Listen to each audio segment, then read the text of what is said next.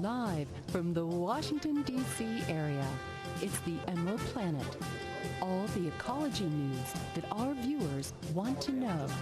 Now, here's your host, Executive Director of the Emerald Planet, Dr. Sam Lee Henn. Hello and welcome to the Emerald Planet as we come to you on a week-to-week basis from Washington, D.C. in the United States as we're looking around the globe in 144 different nations, looking for the 1,000 best practices, the technology, services, and products that are making a difference as we move through the 21st century. And as we move forward in the 21st century and the societies become more complex, more integrated, and more interdependent, how are we going to be able to make sure that everybody's playing nice in the playing field, sharing the information that's needed, and at the same time to protect the critical infrastructure that everyone depends on? We now have the United States, which is roughly 80% urban.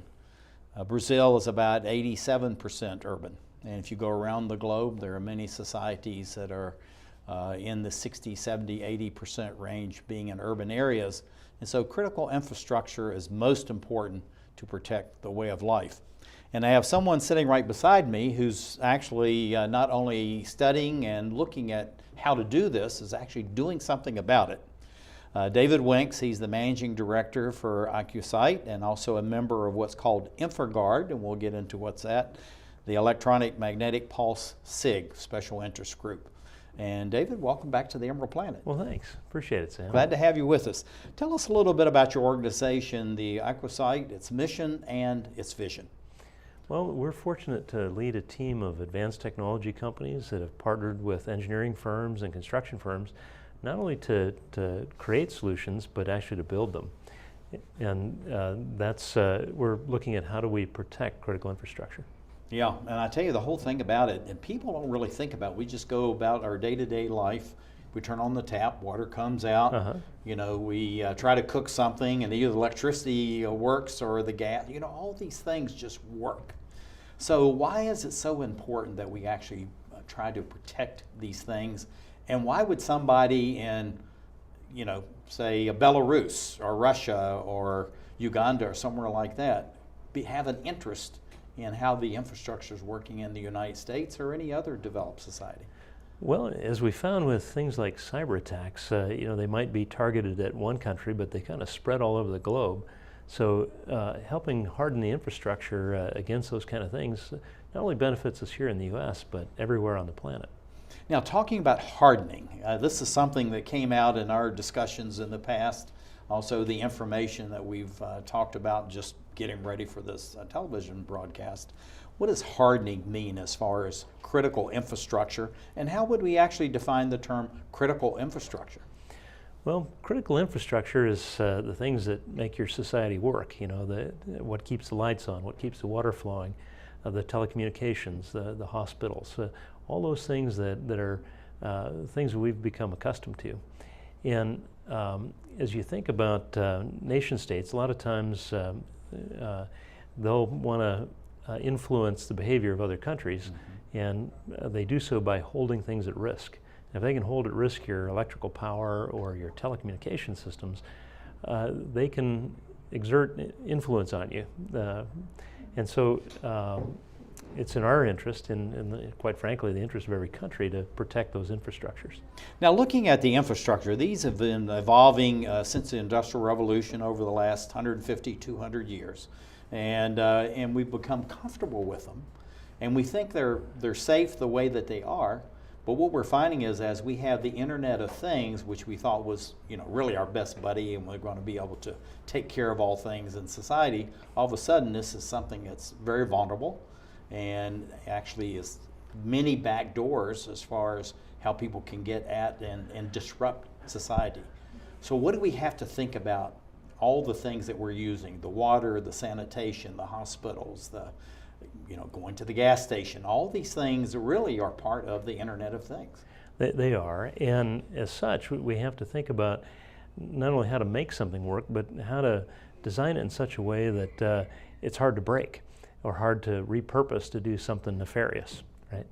And so part of our task is to help maybe harden the devices that are already out there from a cyber standpoint, and maybe to protect them from other things that people would do, like in the movies you're seeing a lot on directed energy weapons. Well, those are becoming a reality now. And solar storms are out there, and all kinds of other threats, electromagnetic pulse threats, which we'll talk about a little as well. Mm-hmm. Yeah, and the whole thing about that too, as far as the infrastructure, we have all the natural phenomena. You're talking about the solar storms, which seem to be increasing. We have these magnetic electronic pulses that are shooting through the universe that are directly affecting us, because everything we're using now is somehow electronic. And at the same time, we have climate change. So you have all these things kind of coming together at the same time. And so at the time that people think, we're very safe, we have things under control, we're human beings, we're smarter than any other beings on the planet, all of a sudden things are now starting to get a little messy. What is causing this as far as these natural phenomena and climate change and the change as far as the environment is concerned? Well, in terms of solar storms, they're kind of related to sunspots, and there's a definite cycle, and we can trace it back hundreds of years. And so in in each of those cycles, we've dodged in this cycle a couple of major solar storms. Fortunately, they shot out in a different part of the orbit, and we were probably about 7 days away from encountering one of those. But there's about 4 of them per cycle, according to the folks at the center out in Colorado that monitor the sunspot activity and the solar storm activity. And so there's still potential that there's a couple more storms out there that we might need to be prepared for. Yeah, and looking at these images here as far as what's going on in the environment, it's just absolutely incredible that the power that these storms actually have, and how they can wreak havoc as far as modern day appliances and apparatuses and technologies. Well, in the 1860s, we had one that was powerful enough to melt the telegraph keys on each end of the telegraph lines at that time. And then in the 80s, we had a storm in Quebec that took down the entire Quebec grid, in terms of the solar storm hitting the Earth's atmosphere.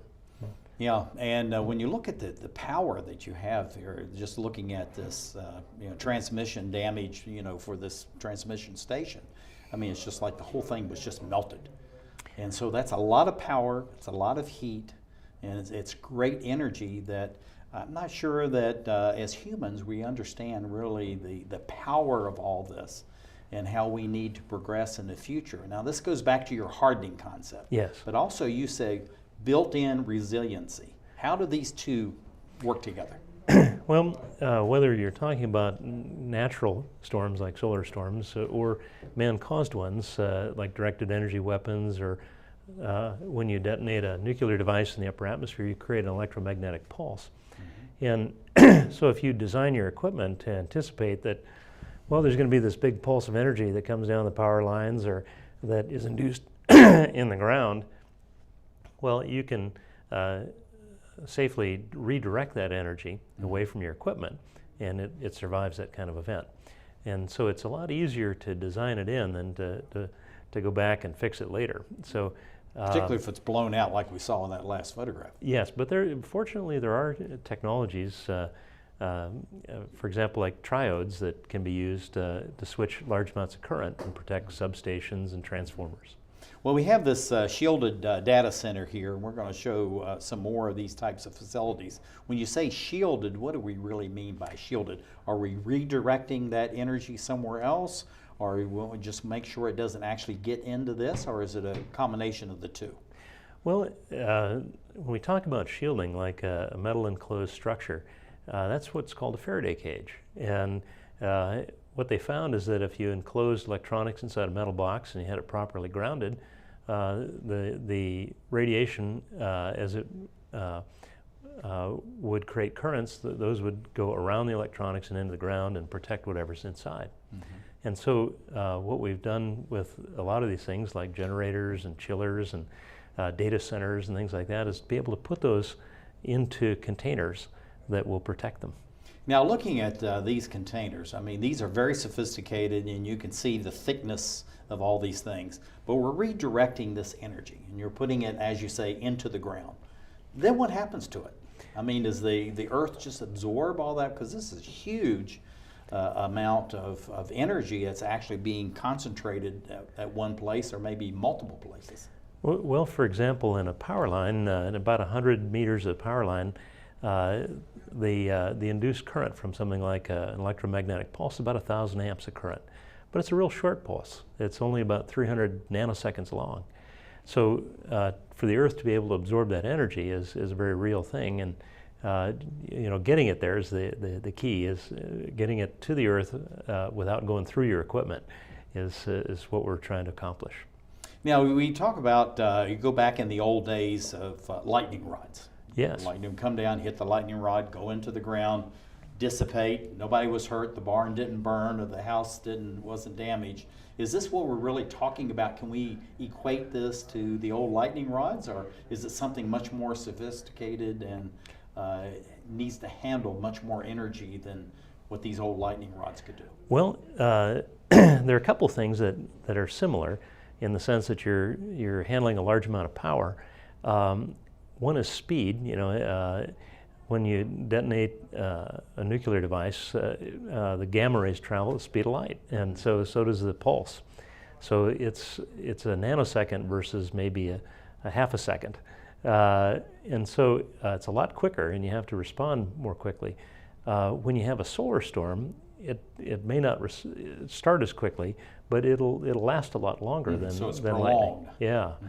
And it'll create a current in the ground which comes up what used to be the neutral, and that gives equipment a lot of difficulty.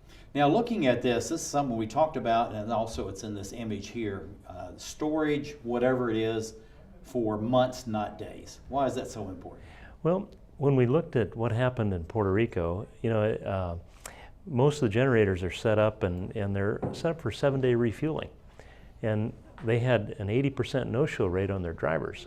So after about 7 days, most people run out of fuel. So we're suggesting that maybe you should look at longer-term fuel storage. One way to do that is liquefied natural gas, because you can get about a 600-to-1 size reduction in your fuel by making it a liquid. And that's a good way to accomplish that. We've run out of time. What do you see as far as this type of activity going on for the next 5, 10, 15 years, or investment in this type of infrastructure? We've got to be quick. I think a lot of companies and facilities are moving toward microgrids because they can do local power generation, keep it all within the fence. David Winks, and thank you for being with us. That's great, Emerald. This is the story of a boy who is very sensitive to lights and sounds. So he built secret hiding places where nothing could get in. The boy didn't like looking people in the eye. It made him feel uncomfortable.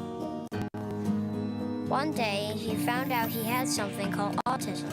His family got him help, and slowly, he learned how to live with it better. Early intervention can make a lifetime of difference. Learn the signs at autismspeaks.org.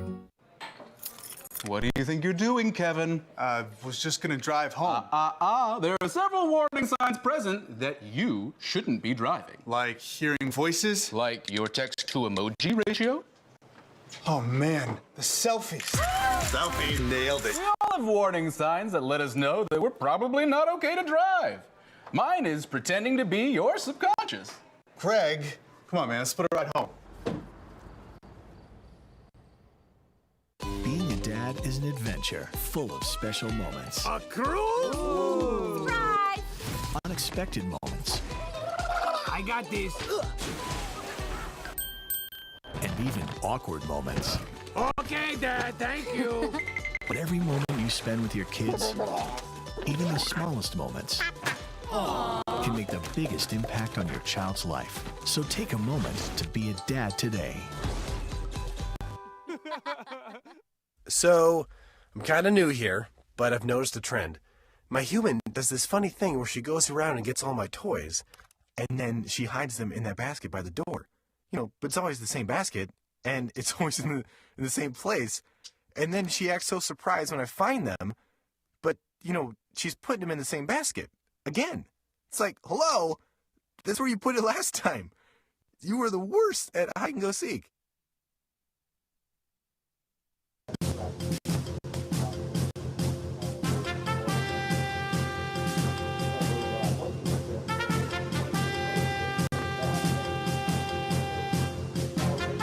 we're back to the Emerald Planet. Here again, your host, Dr. Sam. Hello, welcome to the Emerald Planet as we come to you on a week-to-week basis as we're looking for what we call the best of the best, those 1,000 best practices that are going on around the planet. And looking for those best practices, how are we actually going to be able to protect the critical infrastructure that we have and do it in ways that actually is unintrusive to the people that actually need to use that infrastructure, and at the same time is to keep hackers and others from being a part of all of that. And my guest sitting right beside me is part of all that, and I'm going to advance some slides here because we're going to get up to this whole area. There we go. This is Joseph. He goes by Joe Saunders. He's the president of RunSafe Security, Inc. Thank you for being with us. Thank you for having me, Dr. And Sam. it's amazing the kind of work you're doing, and we're calling this cyberharding for critical infrastructure. What does that term actually mean? Well, if you think about, trying to operate a water treatment center or the power grid, and, if anyone had a cyber attack on it, then, you could disrupt the service, and operators and all of us who depend on those services could be out of service if there was a cyber attack. So cyber hardening is really protecting all the software that runs those systems. Yeah. Now looking at these things, and this is some of the ne'er-do-wells that are coming in, but how much are governments, banks, NGOs, schools, businesses, military installations, first responders, how much are they really aware that somebody may be watching them on a moment-by-moment basis and can interfere in their operations anytime that they want? Are they really aware of that? Yeah, I think the awareness is going way up. If you go back 5 years ago, there wasn't a lot of awareness, but there's a couple different things. There's a lot of headlines with attacks now. If you look at the power grid in Ukraine or the water dam in upstate New York or other facilities, like that. Just like this Jeep. Yeah, that was taken over. Yeah, hacking cars and running them off the road, and all of that increases the awareness. But the other thing is the Department of Homeland Security is issuing notices every week of systems that are compromised, and that is really accelerating the understanding that all these interconnected systems that we took for granted are vulnerable to cyber attacks. Now the whole thing about this is that actually I think the rules and regulations now is if this goes on within your organization, you're held responsible for that. Now is that what's really going on? So all of a sudden the top management can be held responsible for something that goes on within their organization? Well, certainly the board of directors are now, very interested in what happens, and there are, accountability, to, the C-suite and others. And so depending on the industries, there's compliance and there's liability and there's other things that affect it. And so, with that has, created an increased scrutiny in how people, protect and manage their systems today. Yeah, and looking at these photographs here, this is the dam you're talking about in upstate, how people have lost, actually control of their own data and all that. Now this is something that you're very aware of and also you're working on to help people to be able to manage that. So in discussing this with people, what is their first impression as far as, do I really have these problems, or are we really do have these problems and we need to do something about it? Yeah, they know they have the problems, and they know they need to take the protection of their system seriously. But it wasn't always that case, right? If you go back several years, people weren't as concerned about protecting the software that's opening and closing the water dam. But with an attack on that kind of system, and the water can kind of go through without someone actually having chosen to do that. It was a hacker or someone else did it maliciously. That's changed the game. And so certainly people are aware, but they're also taking it seriously now. So when we go and talk with folks who operate critical infrastructure, they're not just saying, how do I protect my systems, but they're saying they need to look beyond their own environment and say, what are the threats that are coming down the road, and how do I prepare for the next one as well? Now looking at as far as what's going on, we have the critical infrastructure, we have a slide of that, and all of this is part of, in essence, modern society. And whether you're in your home and you've got all these diodes in your refrigerator and your stove and your television and all that, so people actually can enter your house. and then you have power plants, you got nuclear facilities. So how does people manage all these things? I mean, they're stationary, we're saying moving parts that goes on within an organization. How do you do that? Well, so one of the key things, traditional defenses from a cyber perspective, which would be to monitor network activity to see if someone's coming into my network who might be, trying to do some damage. Those are the techniques we've used over many years. However, what's different today is to actually protect the software that runs these systems. So, for example, a lot of people are taking the perspective that it's not just enough to protect the perimeter, but they have to assume that bad actors will gain entry to systems and will do something malicious to them. So hardening software itself that operates these systems is one of the core things that companies are starting to do. And if you think about, you want to deliver water to a cooling system, in order for that to work, all the software that connects all the actuators and things that distribute that water, they have to operate. And so you don't just monitor people gaining entry to networks, you have to monitor the software and harden the software itself. Planning and assuming that hackers will gain entry. Yeah. Now we're using this term hardening. It keeps coming up over and over, and that's really in your theme, cyber hardening. What does hardening actually really mean? For the lay people that are watching this program right now and will be in the future, so that they really understand what we're talking about, and then how do they become part of the solution and not just victims of this. And that's really what we're getting at with this particular program. Absolutely, and hardening software is kind of it's a very straightforward concept if you think about what a hacker wants to do. They want to find the soft spots and gain entry and take remote. And as easy as possible, correct? As easy as possible. Okay. So if they can gain entry and then find the software they can use to take remote control and execution of that software to do something malicious, well, if you harden that software, so to speak, then it becomes that much harder for the hacker to do that nefarious thing. And so really, there's a lot of new techniques that are out there that allow software. So if you think about, say, a missile program and say there's 50 or 100 missiles, if the software on every missile is slightly different at a logical layer, then when a hacker analyzes software for vulnerabilities in a lab and then take that exploit they built and try to apply it to one that's fielded or out in the field, if it's hardened this way and each software is logically unique, then the exploit can't take control of that missile. And so if you look across critical infrastructure, what people are doing is they want to run their software through hardening techniques so that hackers can't take remote control. Now, looking at this whole thing as far as taking the advantage away from the hacker and putting it with the defender, what is that all about? And what does that really mean, and how do you do that? Yeah, if you think about a hacker's day, they have every consideration. They have all the same constraints that we have. That people going to work, they only have so many hours in a day. And so if you can disrupt the economics of that, both in time and in effort, then by hardening your systems, and a hacker is going to see that is a very difficult challenge, they're going to look elsewhere. They're looking for easier places they can gain entry. So hardening software is a way to disrupt the economics of the hacker's attack surface and make them look elsewhere.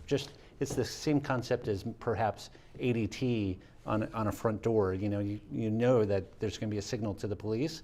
Well, if you have signals like that prevent hackers from coming in, then your systems are going to be hardened. Now, looking at the logic of all this, we're talking about the economics of the hacker. Tell us about the psychology of the economics of the hacker, and then how do we, as the defender, gain advantage so we keep them out and keep them at bay? How does that?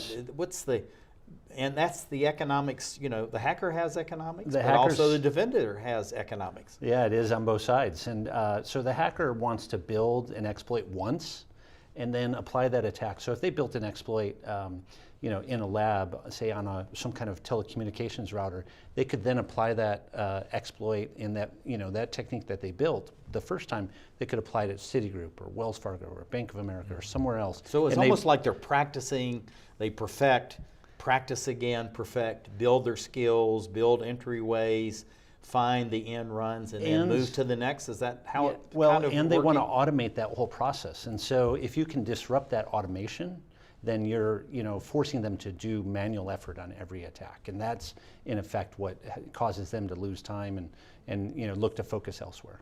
Now, what does encryption mean? We hear that's another thing like cybersecurity. We hear encryption. What does that really mean? And that's kind of you talked about the alchemy of your software, but that's really part of that whole thing, right? So encryption is a means to kind of protect the data that when it's being transmitted. So you can't gain entry and look inside the transmission itself.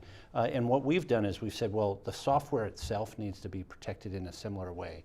And so like encryption. Similar way to the hardware. To the encryption of the data, right? Okay. And so what we're doing is we're actually protecting software itself so that hackers can't gain entry and take control. Mm-hmm, mm-hmm. Now, looking at that, how difficult is it? I mean, that's their 9 to 5 job, or they work at night, or whatever it is. Are they really that methodical as far as what they're doing? I mean, these, in most cases, are very smart people. Yeah, and it comes back to kind of the targets across critical infrastructure. So there's very well-funded nation-state level hackers who are, building exploits and testing them in other parts of the world and then bringing them to the United States and gaining entry into utilities and putting their exploits out there. And so they're very well-funded. But then there's different levels. There's what you call hacktivists who are really trying to make a point, and so they might not be as well funded, but they're motivated really for a political agenda. Yeah, and they're motivated just economics. Right. Yeah, they're motivated in different ways. So some people are motivated by money, and some are motivated by the cause, and then some people are just interested in developing their talents a little bit and to prove a point. And so there's a lot of different egos behind the hacker and the different personalities, but the motivation is key, as you say. Yeah. Now, looking at that, as far as the embedded citizens and awareness, keep taking care of all this, how do you work with your clients to educate them so that they don't leave themselves vulnerable to attacks? Yeah. And we got to be quick because I got one more question. Well, yep, so we offer our software as a means to allow them to protect all their infrastructure, all the embedded systems, whether it's the cooling equipment, the power supply, the building management. And you want to protect all that software because those are entry points that could disrupt the service. So if the cooling equipment went down, all the servers in a data center could be disrupted. Yeah, or actually destroyed. Yeah, or destroyed. About 15 seconds, where do you see all this going over the next 5, 10, or 15 years? Yeah, I think most people are looking to mitigate the problem as opposed to just report on it. So over the next 5 years, many advances in solving the attack as opposed to just reporting that it's Joe Saunders, RunSafe Security, as we create the EmeraldPlanet.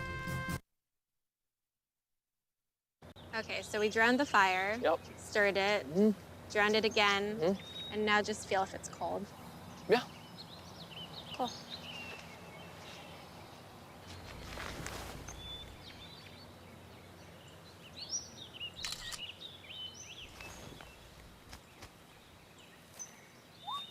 Smokey just gave me a bear hug.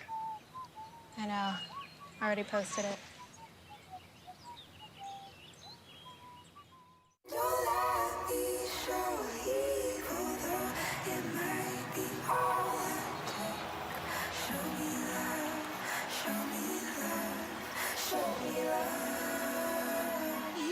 I got a creak in my neck, limp in my step, cramping in my muscles every time I try to flex. But I don't want to get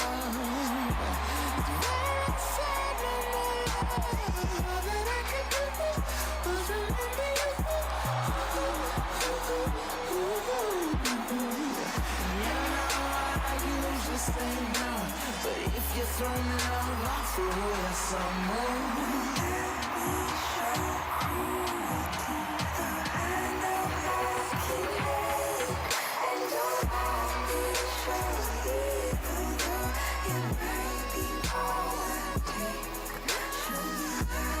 It's a big responsibility. Oh, it's huge. I know, it's huge. And the salary. Oh my god, yes. Right? I mean, like, I was about to move in with my parents, and right before, so this saved me. I really believe in you, you know. Thank you. It's nice to hear that from someone. These are cool. Did you, what did you?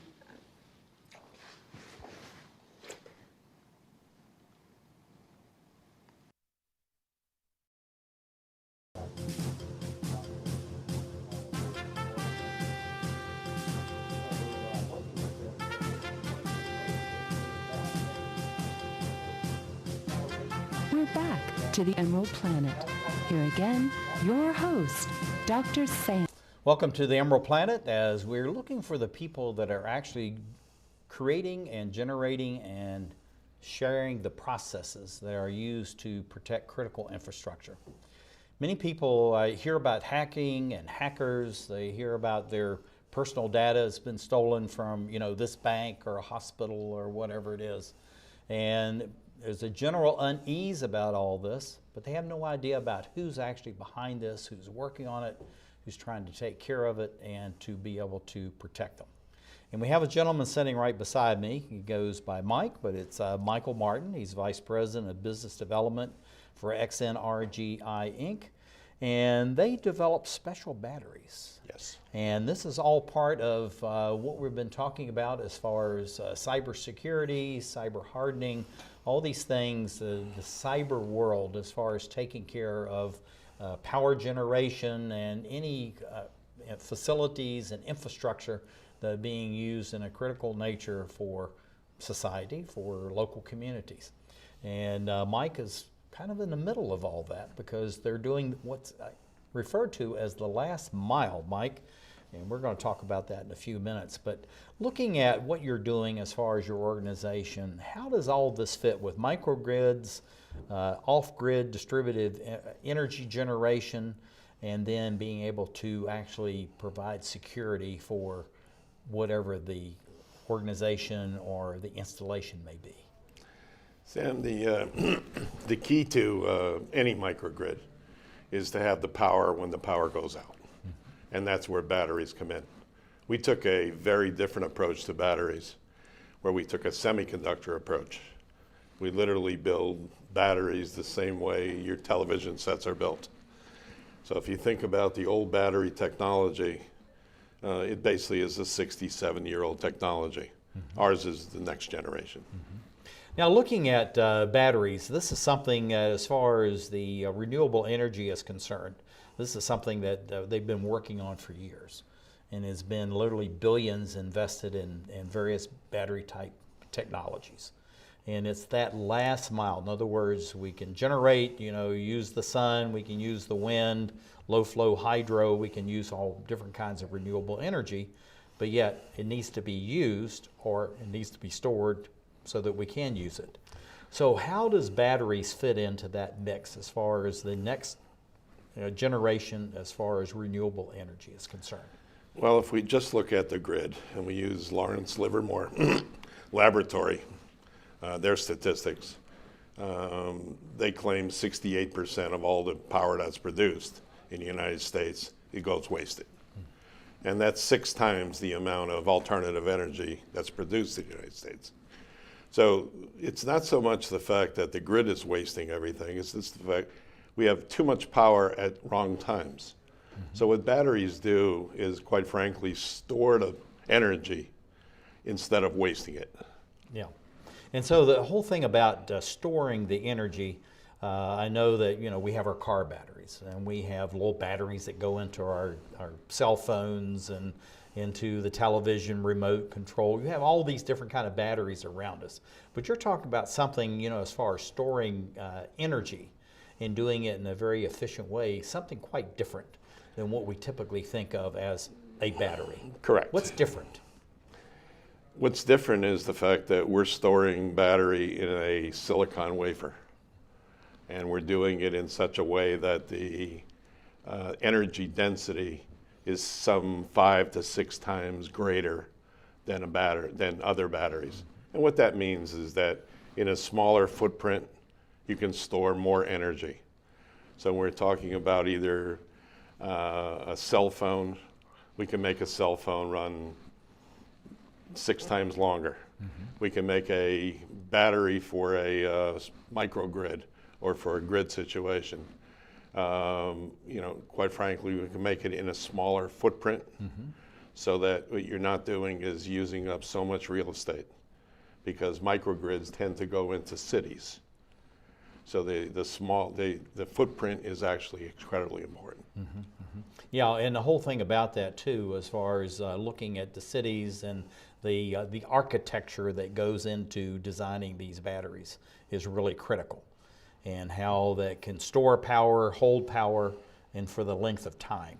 So how do you decide what's going to be the architecture of a particular battery to meet the needs as far as where we're going, whether it's for a microgrid or it's going to be any kind of renewable energy use, whether it's someone's home, it's going to go into a major industry, or distributed in a certain community within a city? The architecture for our batteries is the same for a cell phone as it is for an electric vehicle, as it is for a microgrid. It's a matter of the size and the configurations. So needless to say, in a battery, we'd be using a much smaller footprint. For a cell phone and for a car, we would be using a completely different size footprint.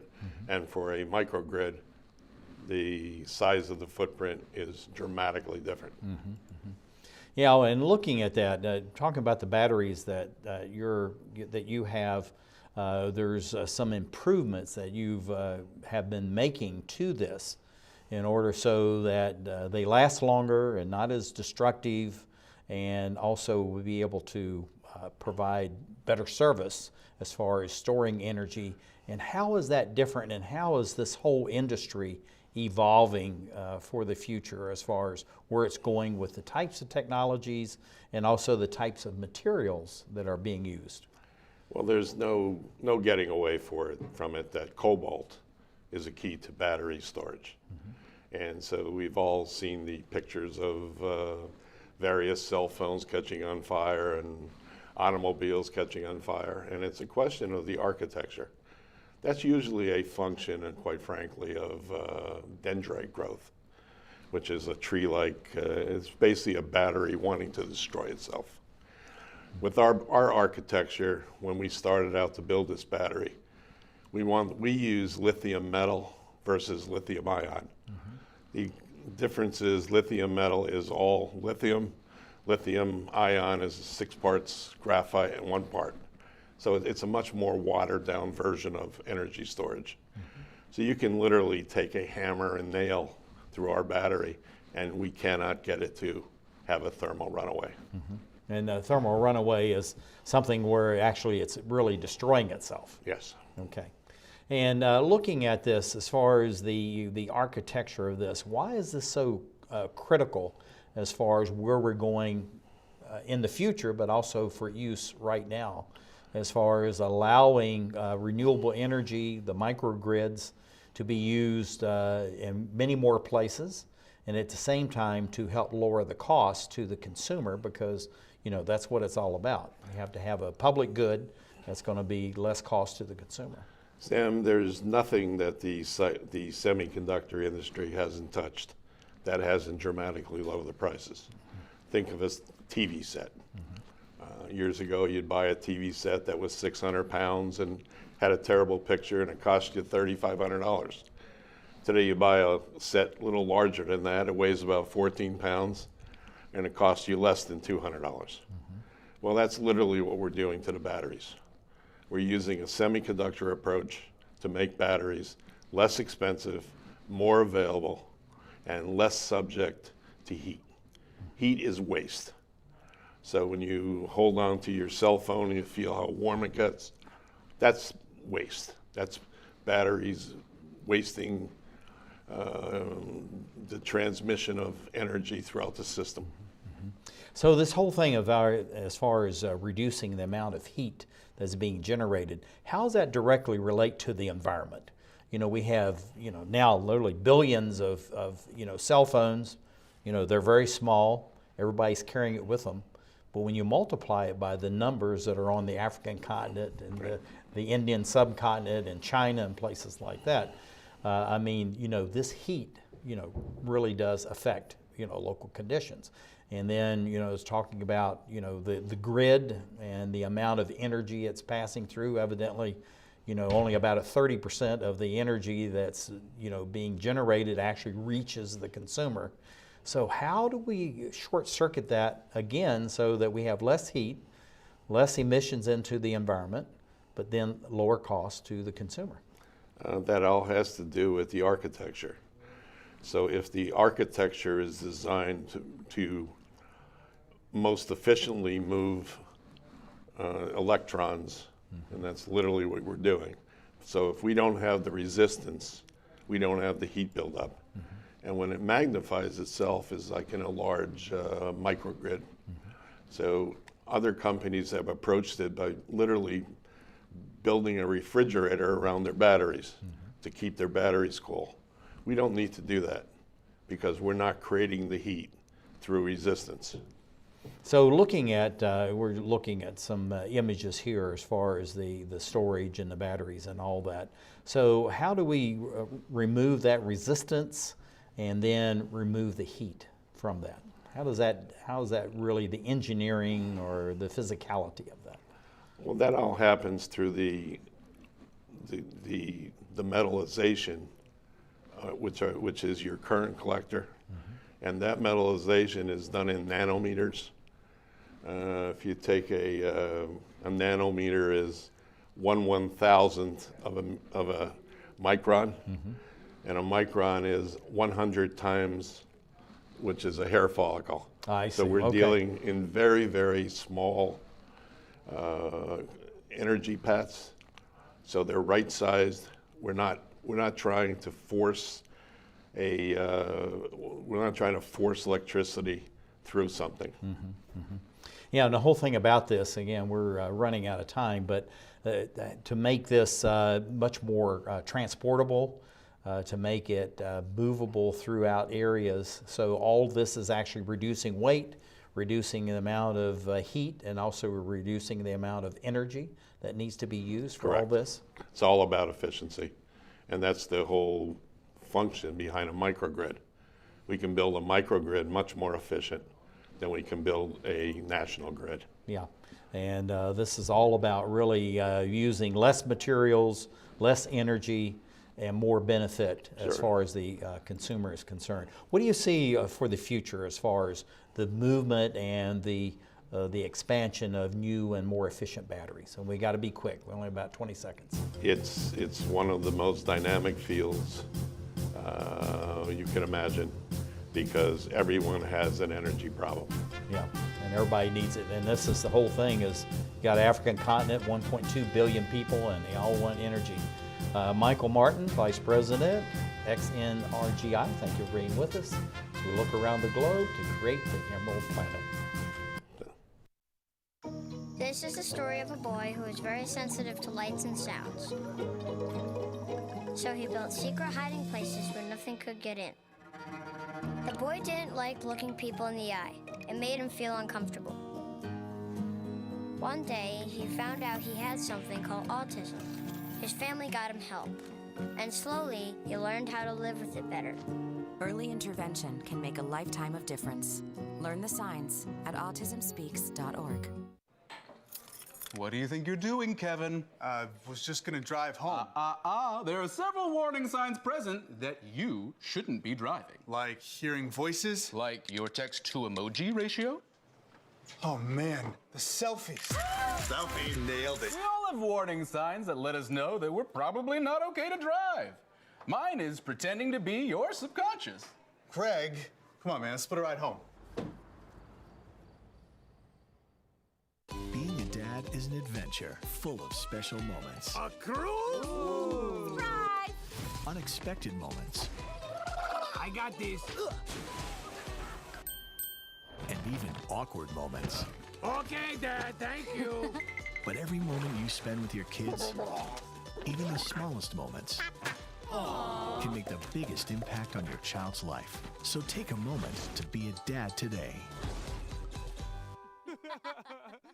So, I'm kind of new here, but I've noticed a trend. My human does this funny thing where she goes around and gets all my toys, and then she hides them in that basket by the door. You know, but it's always the same basket, and it's always in the same place. And then she acts so surprised when I find them, but, you know, she's putting them in the same basket. Again.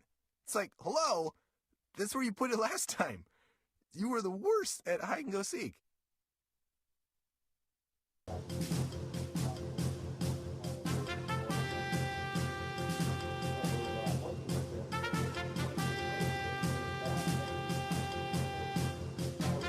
We're back to the Emerald Planet. Here again, your host, Dr. Sam. In the United States on a week-to-week basis, as we're looking around in 144 different nations for those, what we say, the 1,000 best practices, the best of the best, solutions that are making a difference as we go towards 2050 and a planet of maybe 9 billion people, possibly 12 to 13 billion by the end of this century. And we have someone sitting right beside me who's actually working on, thinking about, and very active in addressing all these issues. This is David Winks. He's a managing director of AcquSight, and he's also a member of InfraGard, the Electromagnetic Pulse SIG special interest group. That's a mouthful. It is. That's why we call it a SIG. But anyway, it's really good to have you back to talk about this, because what we're talking about here is really the essence of where we're going in the future. I mean, we're sitting here talking about the future, which is already in many ways already upon us. Yeah. And looking at this whole thing as far as the InfraGard, tell us what that really means and who are part of all this and why is it important? Well, InfraGard is a public-private partnership. It's sponsored through the FBI, and it's subject matter experts. Yeah, from Federal all Bureau of Investigation. Yes, yes, and it's subject matter experts from all different fields that volunteer their time to help solve difficult problems. And so it's really sort of crowdsourcing intelligence for solving problems. You know, the whole thing about it, you know, America leads in this, but many countries are actually doing that as far as the volunteers. And we have Peter from Fairfax is asking, how is InfraGard, how do you get your volunteers, and why would people want to volunteer? I mean, just like you're working 60, 70 hours a week as far as your own organization. And yet you're giving time really to the government to help protect the United States and society. Why give up that kind of time? And that's what Peter wants to know. Well, what we found in our work with InfraGard is, first of all, we met some really great people and very bright people. And so when you get a lot of really bright people together, you come up with creative ideas. And so it's been great for our company because we've found projects to work on that we wouldn't have found otherwise. And it also gives us an opportunity to give back and to make a difference in our society. Yeah, one of the things that we're looking at right now as far as, you know, what to look at first. And of course, people can say you can have anything on that. We want to protect the pets and we want to take care of the horses and do all that. But there's certain basic infrastructure that's really critical to society. And we know water is life. And so that was the first on your list. So we're going to go through some of these and talk about it. But what are all the things that are in water that need to be protected that we don't even think about? They just happen day to day. They function properly. And we don't really think about it. And it's up to the waterworks to take care of that. But yet we need to be protecting it. And so we're really thinking beyond just the mechanics, correct? Yes. And so in a typical water utility, you have reservoirs and you have to bring in fresh water and you have to process it. They call it raw water, and they process it into finished water. And then they have to pump it around their system so that it winds up at your tap or wherever you're going to be using that. And so there's a lot of technology involved there, and you have to have control systems, and you have to have power systems, and all that has to keep working so that we can have water when we need it. And so there are folks out there that want to disrupt things, and they want to destroy things, and part of our task is how do you protect the pumps and the control systems and all the things needed for water delivery. You know, we're looking at how complex our society is, critical infrastructure, we're calling all that. But you just look at this little, almost like a cartoon, this diagram of in essence, a typical municipal water system. It could be smaller or larger, what have you, water and waste. I mean, if either one of these fails, I mean, the community can fail. Yeah. And so, you know, you think about it, you know, if there's a train in a station that's not going anywhere, how long are you going to sit on the train? You know, a few hours, maybe a couple days? I don't think so. And if you're in a city and they don't have any water or sewer, well, you're probably going to leave there pretty quick. And, you know, if there's 10 million other people trying to leave, it's quite a mess. Yeah, and I put this one up purposely. We had these on recently, DC Water and Water is Life. But you look at the complexity of this site. I mean, just this one, and there's hundreds, thousands of this all across the United States, tens of thousands around the world, and you look at just this one site, the complexity of that, and all the electronics that goes into it. So when we talk about hardening, cybersecurity, protecting the energy that goes into this place, again, not have it disrupted by someone at maybe 10,000 miles away, you know, in a basement somewhere hacking. How do you protect all of this? I mean, this is just, it's mind-boggling to think all this can be done. So most of the water systems today rely on power from the electric grid. And so one of the concepts in the electric grid is something called a cranking path. That's the path from the point of generation to where you actually need to use it. And so part of our work is to work with the utilities, work with both the water company and the power company to help harden the substations and the generators and all of the different pieces of that path to make sure that the power continues to get there. And we do that both from a cyber standpoint, but also from an electromagnetic standpoint, because it can be affected by things like solar storms or directed energy weapons or electromagnetic pulse events. Now, I've left this up purposely a little longer than we normally would, because the whole thing about this, a third of their energy now is coming off their own site. So they're taking the output, we know what that is as far as the wastewater treatment of all that, and they want to go to possibly 50%. Why is that so important to a facility like this? Well, I think what you're referring to is using the wastewater, the biosolids, to create methane gas, which then you could use to run turbines and create electricity.